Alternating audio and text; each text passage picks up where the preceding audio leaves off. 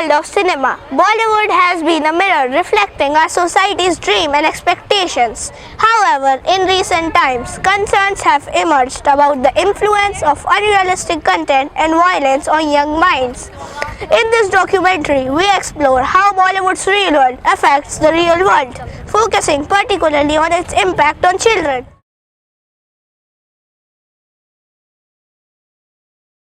भाई तुम लोगों ने सलाह देखी? नहीं भाई, कल मैं देख के आया अभी जान के साथ। उसके अंदर इतने सारे वायलेंस वाले सीन थे और इतना मज़ा आया। उसके मेरा फेवरेट सीन था एक, जिसके अंदर वो सारी मिलिट्री के सामने एक कैरेक्टर का मतलब विलन टाइप का गर्दन उड़ा देता है। मेरा भी ऐसा ही लगा कि मैं ग्राउंड के अंदर किसी के साथ ऐसा करूं और सब कोई मुझे रोक नहीं पाए, सब डर जाए मेरे से और सब चिल्लाने लगे, मेरे पीछे आने लगे, मुझे उठाने लगे, सूफियान भाई। अच्छा, और भाई तुम लोगों ने एनिमल देख ली? भाई मैंने देख ली, इतनी नहीं देख पाया। उसमें भाई जो मतलब वो गन वाला सीन था भाई, क्या खतरनाक। हाँ यार, वो फुल क्लास सीन था भाई। और कैसी लगी तुम लोगों को ऐसी मूवी? भाई यार बहुत बढ़िया मूवी थी, फुल क्लास की भाई मैं तो सलार भी देखूंगा भाई। और केजीएफ तो फुल क्लास की मूवी है। जब रॉकी भाई आए थे, वो हाथ में जो AK-47 चलाई थी, तो अरे भाई वो तो कुछ भी नहीं है। वो जो केजीएफ यानी रॉकी भाई ने जो मशीन गन चलाई थी एक कोल्ड के बिस्किट के लिए, पूरे पुलिस स्टेशन को उड़ा दिया था भाई, और पूरी जीप उड़ा दी भाई। और आखिरी वाली फाइट की गर्दन काटता है वो भी। हाँ, ऐसे ही सारे स्कूल के सारे बुली लड़कों को ले जाके बीच में ग्राउंड में भी ऐसे ही एक्शन करूँ। भाई साहब लोग क्या तो शेयर करेंगे मेरे लिए। अरे एनिमल में वो वाला सीन भी तो आया था जिसमें वो विजय अपनी बहन के मतलब कुछ सीन हुआ था, तो उसने बंदूक लिया था। हाँ, पुष्पा देखी कैसे लीड के भाई मैंने देखा। डायलॉग बहुत अच्छा लगता है, मैं झुकेगा नहीं सारा। These voices echo the concerns of many parents and educators who worries about unintended consequences of cinematic influences on a young, innocent and impressionable mind. In the world of KGF, Bahubali, Animals, Salar, and many more, violence is not just a scene. It's a symphony of brutality, an opera of destruction that echoes through the corridors of our minds. The vivid imagery, the thunderous clashes of steel, the roar of gunfire, it's all too easy to lose ourselves in this adrenaline-fueled frenzy. These cinematic realms, while entertaining, often traverse the thin line between fiction and reality, leaving us to question the impact on our own world. It's time to reflect, to consider the implications of an overdose of aggression on our minds and hearts. The heroes we admire, the warriors we cheer for, do they inadvertently contribute to a culture that glorifies force over reason, aggression over dialogue? Bollywood, known for its larger-than-life action sequences, has often shown violence in an exaggerated manner. Scenes like these can leave a lasting impact on young viewers, shaping their understanding of conflict, resolution, and personal identity. To begin our research, we conducted a survey in our school community, keeping in mind how unrealistic content and violence exposure affect different age ranges. The results were shocking. From a survey, we got to know that there is very less parental guidance in the most crucial age, which is the teenage. Exposure to violent scenes or unrealistic scenes makes the children aggressive, right? Because as one more thing I want to mention, that the kids, now the question comes that why don't adults are getting affected by this? Why mostly kids or teenagers? Because kids and teenagers' brain is not fully developed now, right? We are still in process of developing our brains. So that is why any action affects us very fast. Increased aggression leads to your interaction with each other becoming not normal. Naturally, when you have increased aggression in your brain, in your body, will you be reacting to each other in a normal way, or you will be always aggressive, right? Because our brain has got some brain cells which are called mirror neurons. They mirror very fast. So anyone you see doing such act, you will keep on mirroring it, right? You will keep on acting. So, we understand that children are at a stage of development where they can be influenced easily. When they witness aggressive behavior as heroic, it can change their understanding of right and wrong.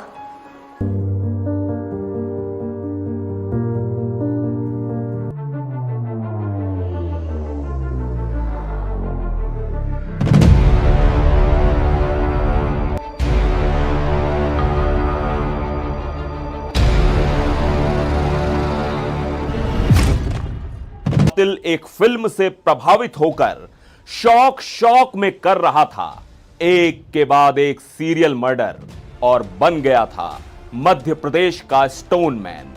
चर्चित Telugu film Pushpa से कुछ नाबालिग ऐसे प्रभावित हुए कि गिरोह बनाकर किसी को मार डालने का फैसला कर लिया। आरोप है कि इन्होंने अपने इरादे को अंजाम भी दिया। खबर के मुताबिक इन किशोरों ने एक व्यक्ति की चाकू मारकर हत्या कर दी।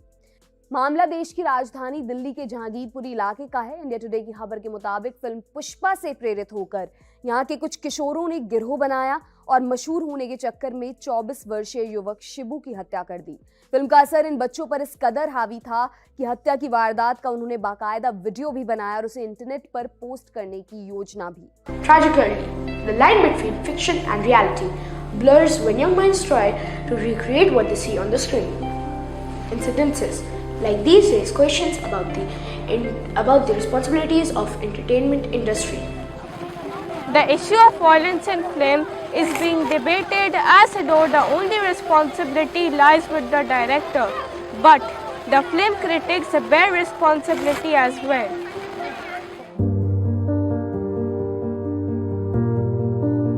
I think when the trailers in the US start, they start with a certificate sometimes that this movie is rated R, this movie is rated PG. PG means parental guidance, and R is like it's not for kids.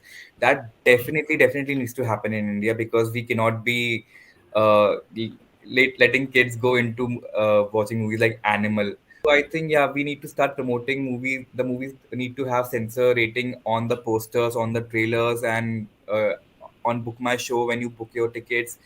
The theater owners need to be more resilient towards this issue, and if they see kids entering a movie like this Animal, they need to stop them right then.